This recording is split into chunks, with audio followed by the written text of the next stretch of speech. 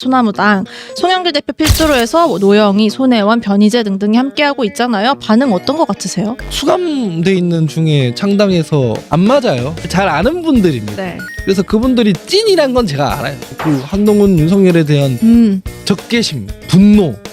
변희재 최대집 이분들은 이대로 가다가 보수가 망한다인 것이고, 손혜원 의원이나 송영길 대표 같은 경우에는 이대로 가다가 나라 망한다인 것이고, 노 밖으로 가고 있는 거 아니에요. 되게 부적절한 얘기도 막 하잖아요. 사형시킨다 뭐 이런 얘기. 세.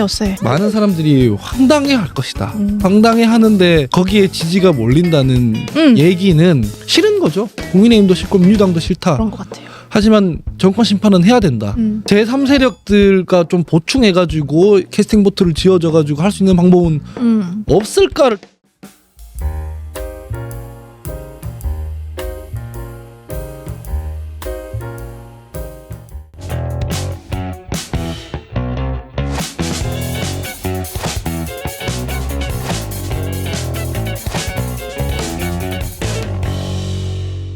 조국 혁신당보다 한 발 더 강하게 윤 대통령의 퇴진, 그 이상까지 얘기를 하고 있어요. 소나무당, 송영길 대표 필두로 해서 노영희, 손혜원, 변희재 등등이 함께하고 있잖아요. 반응 어떤 것 같으세요? 그 수감돼 있는 중에 창당에서 하는 건 안 맞아요. 아무리 그 명분이 어떻다 하더라도 네. 대중들이 봤을 때는 손이 잘 안 가는 정당인 것이고, 2번, 3번 이제 변희재 최대집 잘 아는 분들이고, 나름 잘 아는 분들이고, 사적으로도 몇 번 본 적이 있고, 그다음에 손혜원 의원 같은 경우는 제가 그 의원실에 있었습니다.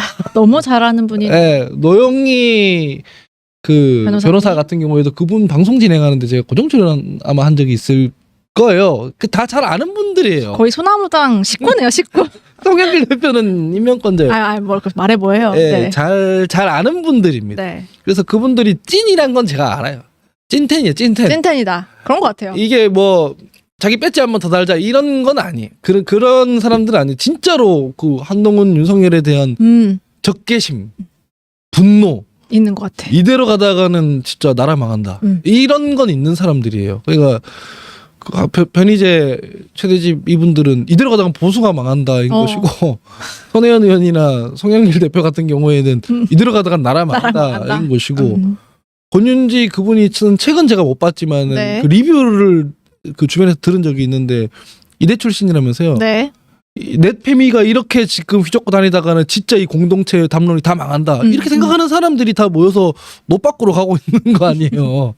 공통점은 어쨌든 이러다 망한다네요. 찐. 그러니까 뭐 무슨 되게 부적절한 얘기도 막 하잖아요. 사형시킨다 뭐 이런 얘기. 세. 예.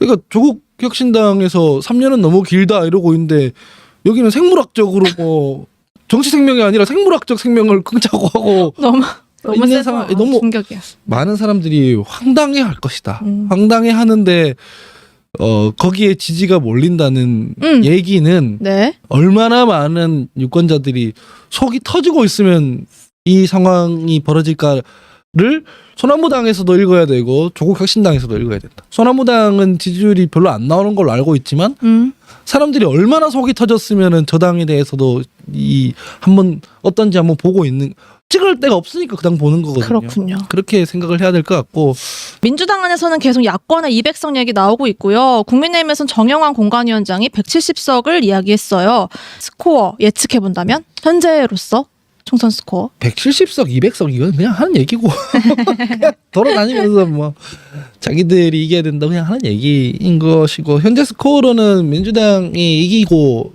있다고 봅니다. 네. 뭐 아직 2주 남았으니까 이게 되게 정치권에서 2주는 되게 큰 기간이긴 한데 요 스코어 그대로 가면은 민주당이 이길 가능성이 매우 높고, 근데 유권자들이 여러모로 고민하고 있다는 인상을 제 개인적으로는 받습니다. 이 둘 다 압도적으로 승리하지 못하게 하는 방법은 없을까?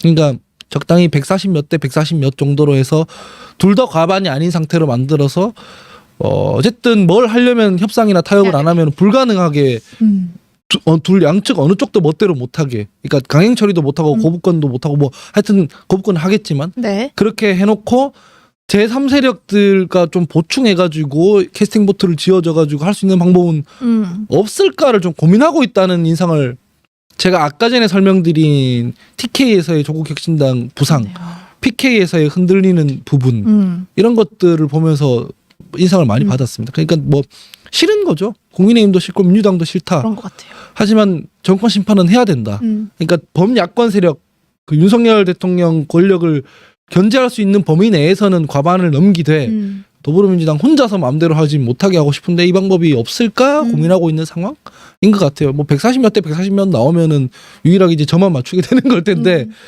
기록해둘게요. 지금 전망으로서는 민주당이 이기는 걸로 가고 있다. 지금은 예. 민주당 승세가 좀 보인다. 각 당의 비례 1번이 배정됐잖아요. 순번을 쭉 확정 지었는데 어디가 좀 제일 인상적이셨어요? 개혁신당 개혁신당 2번 천하람. 2번 천하람, 1번은 소아청소년과의 이주영 의사였고요. 이어서 2번 천하람. 어떤 판단, 어떤 전략이 깔려 있었을까요? 의사 이주영 이분은 제가 잘 모르는 분이고 저는 개혁신당이라든가 소수정당의 비례 배치는 거대 정당이랑 좀 달라야 된다고 생각하거든요. 거대 정당이야 뭐 이렇게 다양성, 뭐 그래서 직능별로, 성별로, 세대별로 이렇게 안배해서 이 사람들이 이 해당 직능에 있는 사람, 해당 세대에 있는 사람들 좀 대이하게 한다.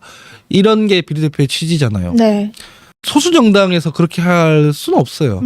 듣도 보도 못한 사람들 해서 우리 다양하게 뭐 합니다 해서 투표가 유인이 안 되거든요. 지지율 득표 유인이 안 되기 때문에 그 정당의 핵심 인사들이 거기 쫙 들어가서 득표 유인이 되는 사람들, 지지율을 끌어올릴 수 있는 사람들이 들어가야 해요. 예전으로 치면 열린민주당에 투표하겠다던 제 지인이 이유가 딱 하나밖에 없었어요. 뭐였어요? 주진영 박사가 맞나? 하여튼 주진영 선생이 국회에 들어가가지고 경제정책 얘기하는 거 보고 싶어서 이게 끝이었어요. 그냥 그거 한 이유 딱 하나 때문에 그냥 투표를 한다고 했거든요. 똑같다고 생각해요. 개혁신당 같은 소수 정당은 그냥 그 존재 자체가 이미 다양성인 거거든요. 네. 그래서 그냥 저기에 알만한 사람들 혹은 저 사람 국회 들어가는 거 보고 싶어서 내가 저기에 투표해야지 라고 생각이 들만한 사람들이 거기 배치돼야 된다고 저는 보거든요. 그래서 사실상 이준석 대표도 거기 비례 이렇게 쫙 다 배치가 돼야 한다고 봤어요. 근데 본인들이 뭐 고집 피워가지고 지역구 나가니 많이 하다가 뭐 결국 핵심 자원들은 출마도 못한 사람도 있고 김용남 뭐 그렇네요. 정책위 의장이나 이상하게 됐잖아요. 네. 그 상황에서 천하람까지 순천 나가가지고 해서 1, 2, 3, 4번에 잘 모르는 사람들이 다 배치되면 그 지지층은 비례정당에 투표하고 싶은 마음이 안 들 거거든요. 그러니까 이번 천하람 정도가 들어가 있는 건 되게 잘된 공천이다 라고 생각을 네. 하고 뭐 4번 5번 가지고 뭐 싸우는 것 같던데 곽대중 비롯해서 네. 4번 5번이 들어가기에 지금 지지율이 충분하지 않습니다 여러분. 4번 5번 하려면 한 8% 이렇게 올라가야 돼. 네. 예. 지금은 3.5% 4%까지 도달을 해서 유지시켜서 천하람도 들어갔느냐 마느냐가 더 관건인 상황이다.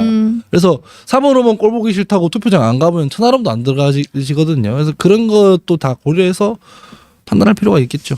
근데 개혁신당은 비례명단 발표되고 잡음이 좀 있었어요. 말씀하신 4번, 5번도 있었고 양양자 의원이 왜 앞순번에 반도체 관련 인사들이 없냐 문제 제기해서 사퇴 기자회견을 예정했다가 급 취소도 했고 김철근 사무총장도 자신이 빠진 비례명단을 좀 공개 반발했다가 급 화해를 했단 말이죠. 그래서 되게 의견 충돌이 심했고 이게 의견이 좁혀지지 않는 바람에 김종인 위원장 원한대로 그냥 고 하기로 했다면서요. 다 불만이 있는 상황이었다고 들었어요. 저는. 맞아요. 지금 제 말의 핵심이 뭐였냐면 4번의 양양자 의원이나 그 불만 가지는 분들은 양양자 의원 측에서 주장하는 반도체. 그 전문가분이 네. 아니라서 이제 화가 났다는 거잖아요. 네. 전 그분도 잘 몰라요. 득표 유인이 전혀 없어요. 그분이. 개혁신당에서 정치 고관여층들이 봤을 때는 곽대중 씨보다는 그 사람이어야지라고 주장하겠으나 사람들은 몰라. 대중들은 그 사람 보고 투표장에 가지 않아요. 천하람 보고 가거나 뭐 이준석 보고 가거나 이러지. 그 당은 그냥 이준석 당이 맞거든요. 아무리 누가 뭐라 하든 간에. 네. 그럼 4번에 이기 넣는 게 더 나았을 것 같은데라는 생각이 있었고 반도체 이거는 여러분 국회의원 한두 명이 반도체 산업을 어떻게 할 수 없습니다. 선거 전략이에요. 반도체 벨트 화성에 뭐 이렇게 하고 양양자 그렇게 한다고 반도체 산업이 뭐가 되지가 않아. 반도체 산업이라는 것은 일단 기업이랑 국가의 방향으로 되는 거지. 네. 이를테면은 그 개혁신당에서 그분들 반도체 벨트 그분들 플러스 반도체 전문가까지 다 배지 단다고 해서 IRA법 같은 게 달라지고 그럴 수 있는 게 아니에요. 이 정치적으로 뭔가를 조율해서 성과를 내는 건 또 별개의 문제인 것이고 개혁신당에서는 전문가들이 아니라 정치인들이 필요해요. 정치인들이 그렇죠. 그냥 이 의사 하셨던 분들 뭐 페미니스트 하셨던 분들 들어와서 자기 목소리 내고 그게 아니라 실제로 정치적 조율이 가능해서 거대 양당들과도 협상을 이끌어내고 자기들 법안을 추진할 수 있는 그런 게 필요하다는 의미에서 저는 천하람이랑 이기인이 더 낫다는 거예요.